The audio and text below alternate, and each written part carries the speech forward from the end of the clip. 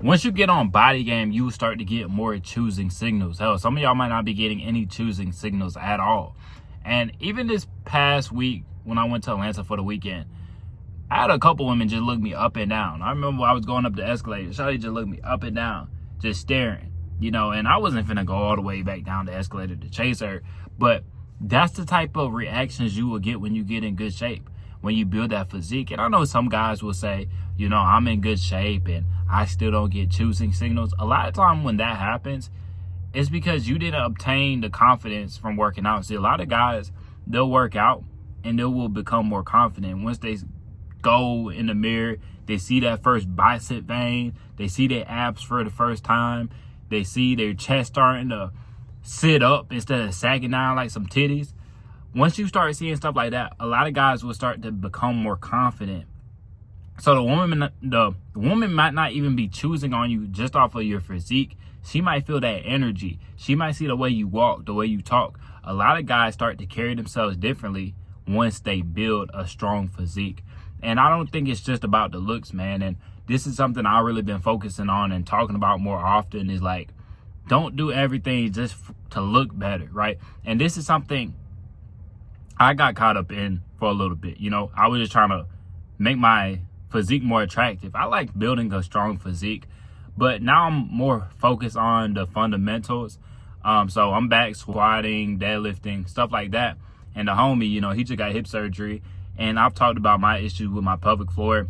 You know, I had to go to a physical therapist, a pelvic floor therapist, and she helped me get right, you know, feel a lot better.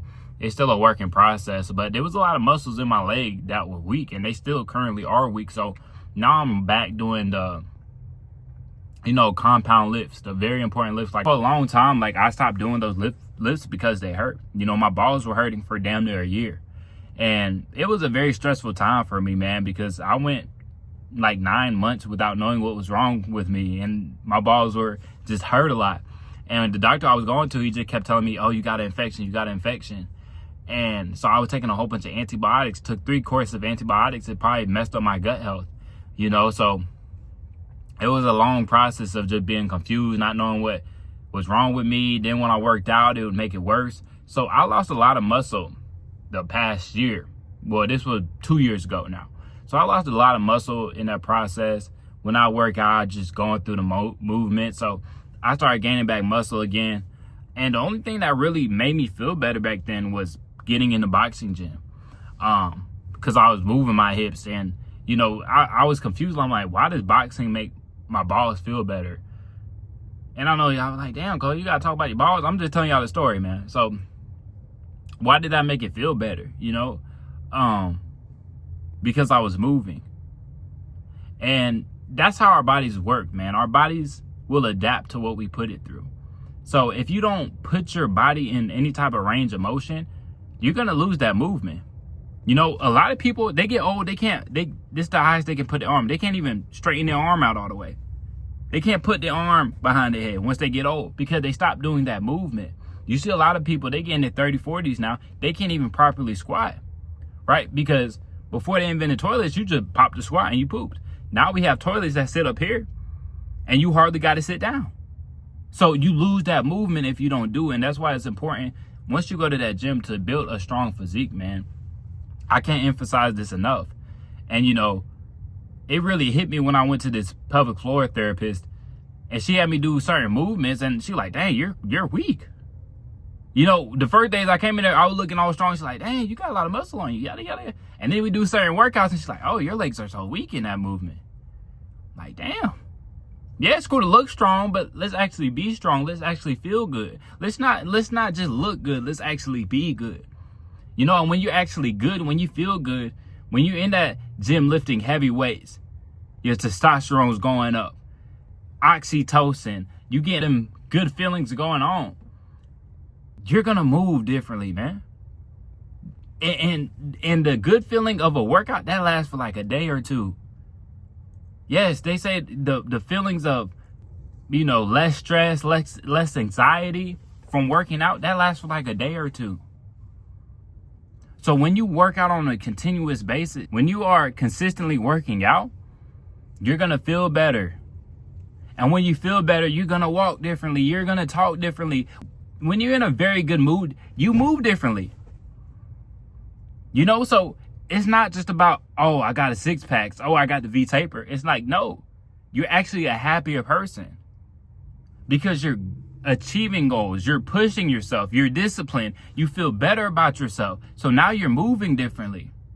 Some of y'all might just go to the gym and half-ass it. And like I said, I was half-assing it sometimes. I was going on leg day. I wasn't skipping leg day, but I'd go in on leg day, do a couple machines, and then get out of there. No, I said, no, I need to focus on these compound movements. I need to work on my range of motion.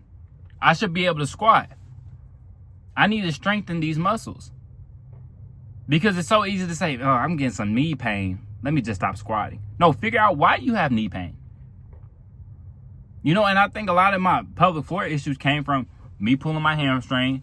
Now my hips out of whack. And then everything kind of just, this thing has to take more of a toll because the thing below is not working well. So now everything's just out of whack because things are having to put more work in to stabilize certain things because the other thing isn't working, you know, and that's how your body works. It will adapt.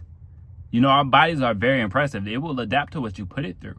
So, dog, y'all keep moving. Y'all keep doing lifts. Y'all keep squatting.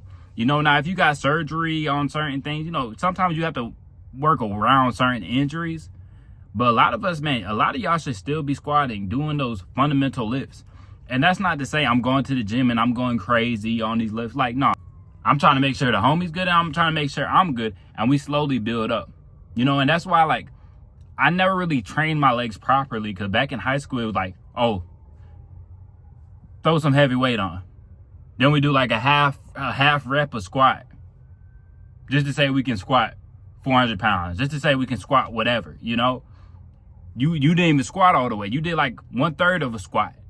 You know, but that's kind of how we got down. And we didn't have the best trainers in there and coaches to really show us the movements, you know. I've seen a lot of guys with very bad form. And even in high school, like I hurt my back squatting. Trying to squat stuff I had no business of squatting, you know. So it's important to build a good physique, man. Because once you get that strong physique, you will feel a lot better, man. And even me, man, like there was certain times I had certain pains in my body. You exercise the right movements, you're stretching, you hitting that sauna, you're eating healthy, your body will start to feel a lot better. I promise you. And when you feel better, it's easier to walk around with confidence. It's easier to walk around with your chest poked up. And when you're walking around with that confidence, women are going to see you. And a lot of times, these women will see you before you see them. You know, a lot of times, by the time y'all making eye contact, she giving you choosing signals. She saw you a long time ago. These women are very aware of what's around them. I promise you. And if she's not into you, she going to make sure you don't see her looking at you. She's going to take a really quick look and make sure you don't see her. You know, so, dog, I'm telling y'all, build that strong physique. Do your squats, do your lifts. It's a new year, man. If you're not starting now, when are you going to start? It's a new year. If you're not starting now, when are you going to start? And these gyms going to be packed as hell. I'm not looking forward to it at all, but nothing can stop the grind, man. Let this 2025 be the year, man. I know it sounds corny. Oh, yeah, y'all say this shit every year. Nah, let this be a different year, bro. Start following people. You see their stories. You see them in the gym. You like, fuck, I gotta catch up. I'm slacking. I need to get back on my shit. Make it a standard for you, man. And like I said, it's not just about attracting women. It's about living your best life. And when you get in good shape, you're hitting multiple birds with one stone. Your dating life will get easier when you're in shape. It's not everything. You still got to work. You still got to build confidence. You still got to work on your communication. You still have to work on your presentation. But it's a whole lot easier. You know what I'm saying? Like, I told y'all, man, I feel like a lot of these looks maxing guys, they go overboard with the shit. You know, they getting a haircut every week. They getting the eyebrows done. Some of these dudes looking like them wearing makeup and shit like that. Dog, I haven't got a haircut in a minute. I'll be real with y'all. Like, it's been a minute. It's been a minute. I need a haircut right now. Been growing out the beard looking a little scuffy, but it's okay. Women will still see me and still find me attractive, even though I look a little scuffy right now. You know, but you can have more leeway when you're in shape. You can have more leeway when you have more confidence. You can have more leeway when you feel good and you have that energy to yourself. But if you're living like the average American, the average person in today's world, eating a whole bunch of junk food, not working out at all, no confidence whatsoever, if you're living like that, then you got to do all the extra shit. You still probably aren't going to get much of any type of luck. You know, I told y'all about this girl that came through, brought me mac and cheese. And even though, like, she definitely got something wrong with her, because, like, who's going to just ghost somebody because she, like, crazy story. Like, she couldn't understand that I was going to give her bowl back. But my friend did say, like, Cole, sometimes you be telling jokes and you say it with a straight face. Like, I can't tell if you serious or not. But it's like, obviously, I wasn't serious. Like, I'm not going to keep your bowl. Like, no, I'm going to give your bowl back. But even when I get treatment like that, it's because I'm in shape and I move with confidence. If I was the average guy, you think she'd taking Mac? Because even when she pulled up, when she got out her car, she like, this is so out the norm for me. Like, I have never done this. But here you are. I hope you enjoy it. And, you know, she was talking a lot. You know, she made it very clear that she doesn't do this. She's like, I don't be doing stuff like this. But you get a different type of treatment when you carry yourself with confidence, when you show that you're not the average guy. But you can't show that you're not the average guy if you're living like the average guy. I don't think I'm exceptional because of my genetics or anything of that nature. I think I'm exceptional because of my daily habits. And y'all can be exceptional by your daily habits. What do you do? What are you thinking of? What are you listening to on a daily basis? Are you listening to a positive message? Are you in the gym? Are you improving your diet?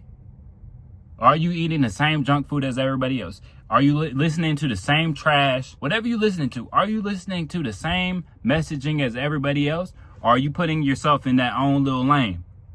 Are you starting to separate yourself? And are you about to make some strides in 2025?